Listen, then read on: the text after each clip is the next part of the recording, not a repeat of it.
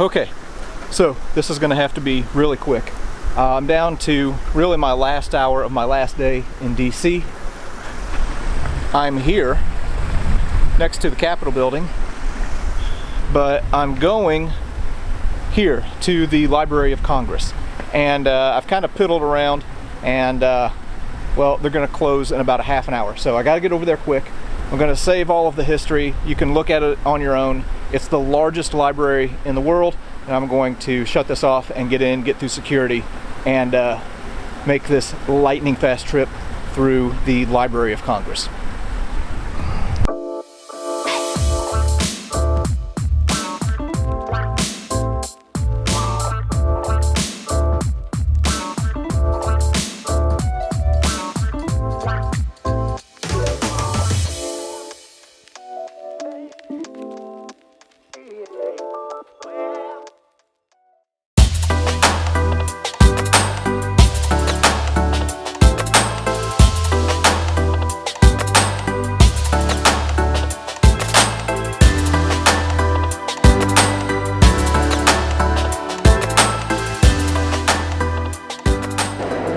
Okay, well, I just got in through security, and this is the first thing that you see. So here we go with our lightning round tour of the Library of Congress. If you are a fan of classic literature and old books, here is a 1860 copy of Walt Whitman's Leaves of Grass, along with some other manuscripts and printing plates, things like that. Here's a hand-drawn sketch that Walt Whitman made for the spine of the book. Yeah.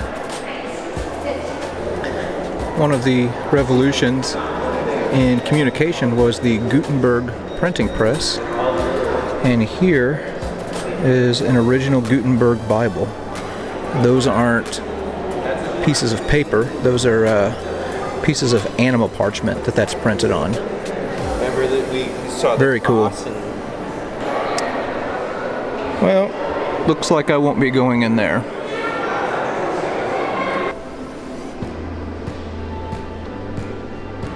I love maps, and this is one of the United States in 1784. This is one of only 7 copies to exist, and it's considered to be one of the rarest maps of the United States, early United States anyway, in existence. That's cool. Hey, here's an old map of Illinois before politicians came along and ruined it. Here's an interesting map of the state of Ohio in 1805. Notice up here it says Indian lands. Interesting. I did an earlier video on the Homestead Act. Well, here's a map that is kind of talking about North and South Dakota. Let me get this in focus.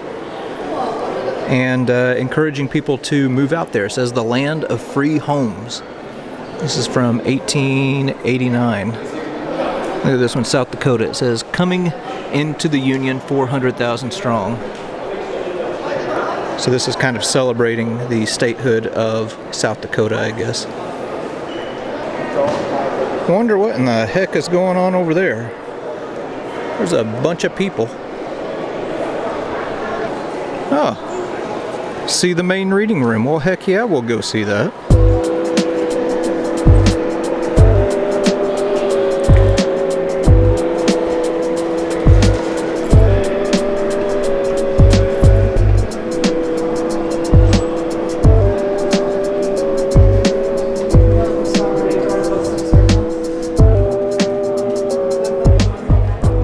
And here is the main reading room. Books, books, books. And this is as close as I'm going to get. Whoops. So during the War of 1812, the British occupied Washington D.C. and burned down the Capitol, which at the time housed the Library of Congress. So Thomas Jefferson, seeing the value in books and free access to learning, offered to sell his collection of books to Congress, which they agreed to. And right here is the Thomas Jefferson Library.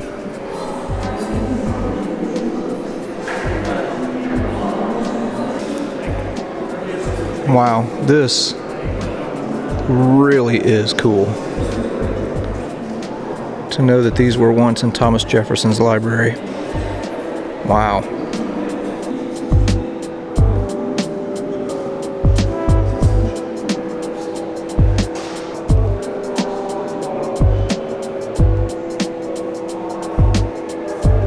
Books, books, books. Yep, I agree. Man, the architecture here in this building is simply amazing. So I think I'm going to stop talking for a little bit and just start shooting. And I'm going to start shooting video. That might have been a poor choice of words. I'm going to start filming. How about that?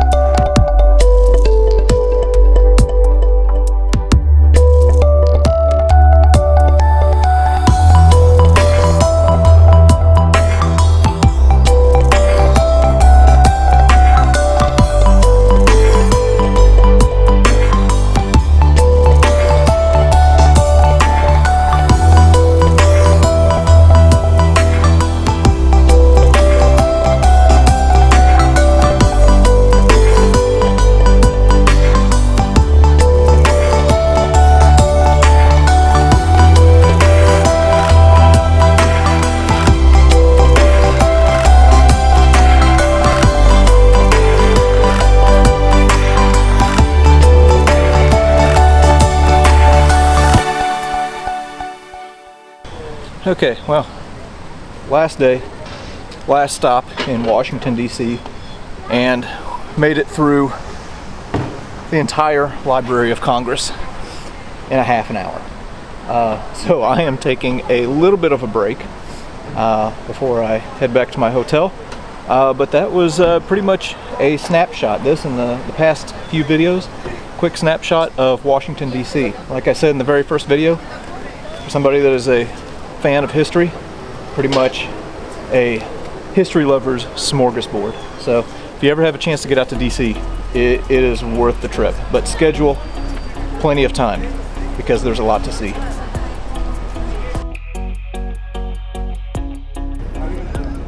Now look at those birds up there just pooping on General Grant's head.